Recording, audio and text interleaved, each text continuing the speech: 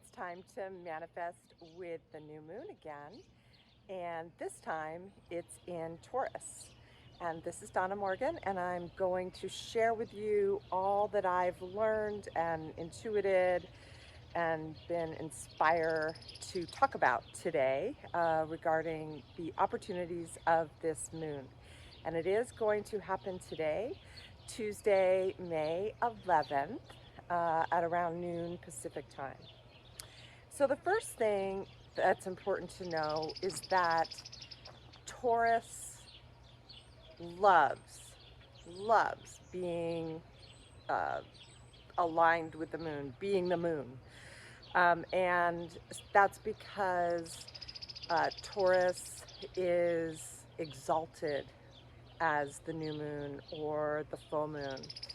And so it's a really, really powerful time is what that means, to do a new moon ritual, to really play with this moon, because there's more power today and for the next 24 hours with this new moon vibe. So what's it about? Well, Taurus loves money. And so if you have intentions on your mind around money and finances, maybe a new business that you're starting or some new project or some amount of money that you want to be creating, money goals, that would be wise to play with this new moon in Taurus, since Taurus is all about abundance and prosperity. And it is a really good idea to align with what the energy of the sign is, right? So another thing about Taurus, what else do Taurus people love? They love to pamper themselves. So it would be a good time to look at your goals around self-care. Maybe a new exercise regime that you want to go for now that things are opening up, or maybe a new way of eating, or a new way of taking care of yourself. Maybe it's time to go get regular massages or chiropractic or whatever it is that you feel you need. Self-care would be very aligned with Taurus energy for what you want to manifest at this new moon. Of course, you can do something else as well, but you might want to have some of your wishes be around money, self-care, nature. That's huge for Taurus people. And maybe one of your commitments in this lunar cycle will be to be in nature more.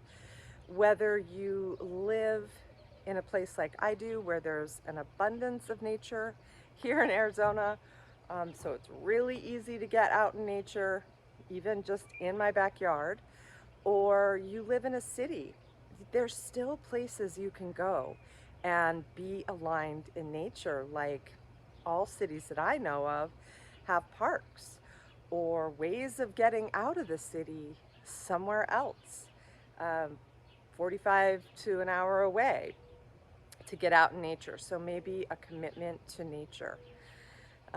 Taurus people like to have routines, and so maybe a commitment to a morning routine or an evening routine, or an entire day routine. But just remember that you don't want to get too stuck in your routine. While it's really powerful to have a routine, I have a routine, a morning routine I have shared many times, but I also go off my routine to get into the unknown, because that's where creation happens. So whether I drive a new way to get my coffee in the morning, or I brush my teeth with my left hand instead of my right, since I'm a righty, or something bigger than that, maybe going somewhere I've never gone before. That's exciting. That's why vacations are so such a good time to get new ideas, especially if we're going somewhere we've never gone before. But even if it's somewhere we've gone before, we're just getting out of the visual of our life as we know it on a normal daily basis. And what that does is it allows inspiration to come out of the blue.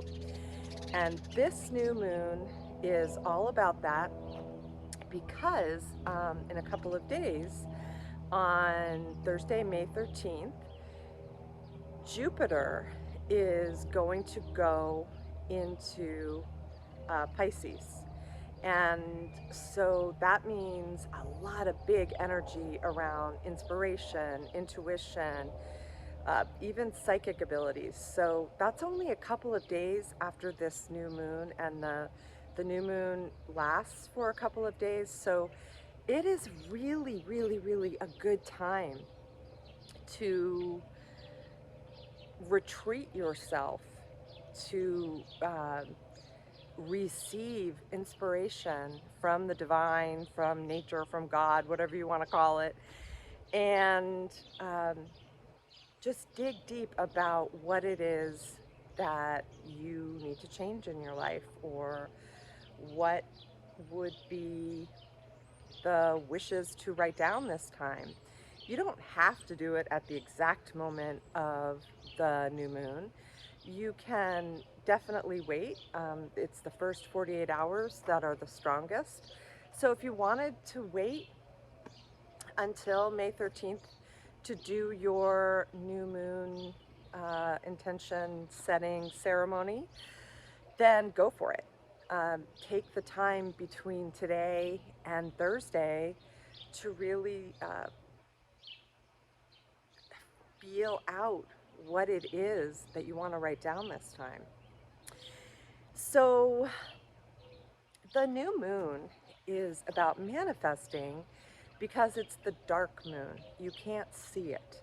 So it's like a blank slate, the void, zero in the world of Ho'oponopono. And so it's a time to get inspiration, write it down, and watch magic happen. Now, it doesn't mean that it has to create in the next month. I always like to look back 6 months in the future from now, look back to now, and see what I wrote down, and kind of check off what it is that has created. It's kind of fun. I have a new moon journal, all for, well, it's new and full. It's my moon journal, and that's where I write down my intentions. So it's all in one place. I can look back and find out what I wrote down. But what's fun about waiting 6 months is that right now it's the new moon in Taurus, and in 6 months it will be the full moon in Taurus in November. So it's kind of fun to play with it in that way. So last month was the new moon in Aries. So that means that in October it will be the full moon in Aries, and that will be a time to look back at the intentions you wrote down at the last new moon. Okay, so this is what I do. What I'm going to do this time for this new moon ritual. I am first of all going to write down all that I'm grateful for. And the reason why I'm going to do that, and you could do this every time, honestly, but the reason why I'm going to do that is because when we are grateful for the abundance that we already have in our life, more will follow. And Taurus energy is so much about abundance, any kind of abundance, not just money, and prosperity, that I'm going to start it off by writing that down. And then after that, I'm going to write down my 10 wishes. And the thing is, whenever you're writing down your new moon wishes, make sure that they are inspired. Make sure that you believe it. You believe that you can create this. Make sure that you can see it, you can feel it, okay? Like you don't have any doubt. And if you do have doubt, that's a great time to do the Ho'oponopono magic mantra on it. I love you, I'm sorry, please forgive me, thank you, to clear the doubt, clear the fears. But so just in general, it should be something that you believe. That, and when you feel into it, it feels really good. Then after that, I'm going to look them over, and for each one, I'm going to write an affirmation, a really short affirmation. So let's say that you are wanting to create a romantic partnership in your life. In that case, you could write as your affirmation, I am in love. Okay, just keep it short. And then I'm actually going to spend a minute visualizing each one as if it has already happened. And then write down a couple of things that I can take action on right away, even if it's small, like researching something, but some action steps that I can take right away, because manifesting also involves action. And when it's inspired action, that's where the mojo is. That's when we know it's going to happen, when it's actually inspired and not, oh, I should do this. It sounds awful, but I'm going to do it anyway. No, no, no, no, no. It's got to come from inspiration. So I'm just going to write one or two, or if I have more, I don't know, down for the 10. And then I'm going to meditate 10 minutes. And I'm talking the simplest meditation, the first kind of meditation, which is Buddhist meditation, where you just sit and follow your breath. And when thoughts come in, you let them go. Thoughts come in, you let them go. Just doing it to clear the energy, clear my mind. And that's it. I am going to light a candle before I start. I'm going to lay out my crystal that I chose, which is a raw emerald. And emerald is the gemstone for Taurus season, for May, for part of Taurus season. So it just kind of spoke to me. And I'm a Taurus. My birthday's in a couple of days on the 13th. And so no wonder I went to it. That's just the one I picked. And it's really good for everything Taurus. Prosperity, abundance, intuition, and taking action, and being in good routines, feeling worthy. So that's the one I picked. As always, I recommend that you pick whatever speaks to you. Okay, I'm not saying everybody's got to go out and get a raw emerald today. Just get pick what speaks to you in your crystal collection, and it will be perfect. And I highly recommend that you look it up after you do. Like, I picked it, I looked it up, and I was like, how perfect is this? So that's how it goes. So I'm just going to put the crystal on top of my moon journal and kind of leave it in a sacred place, which for me is either my medicine wheel out here, or I have like a table inside where I have some other Mojo tools.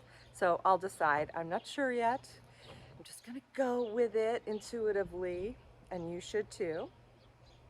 And as always, I picked a card for the new moon in Taurus, and it is the moon, which is so funny since Taurus loves being the moon. And do you see how on this card there's both the full moon, which is the white moon, and also the new moon, which is the dark moon. So the moon is all about intuition and receiving inspiration and even creating something new from that inspiration. And it can also be about illusion, but because Jupiter is going into Pisces, we don't have to worry about that this time. We can trust that we're not in illusion, that we are on it, that we know what we want to create, and it's time to go for it. Oh, forgot to say that sometimes I will pull, if I'm really working on one of my wishes from another moon, I may pull it into my list this time as well and bring it into focus again, if I'm inspired to do so. Okay, like if it's on my mind, then I'll do it. You can't see this, but there is a really red cardinal that just landed in the tree right there. And so, of course, I'm going to look up the totem of a cardinal, but I do know somewhat what that is about, which is it's about doing your vision. It's about being you, doing what you're supposed to do in the world, and going for it. So that really fits this new moon vibe. So thank you over there, Mr. Cardinal. The red ones actually are the males, so I was correct in saying Mr. And the black ones are the females because they need to not be noticed as much because of when they're nesting and having babies and feeding babies and all of that, whereas the red is the male because they're more like the protectors and keeping people away, or other predators away. So yeah, it's a little tidbit about why the males are red and the females are black. So anyway, yeah, he's here again. He's just hanging around here to remind us all that it's a good time to retreat and sink into our vision of the future and go for it. Yeah, I'm excited. All right, well, that is it for this time, and I will see you in a couple of weeks at the full moon. Have a great day.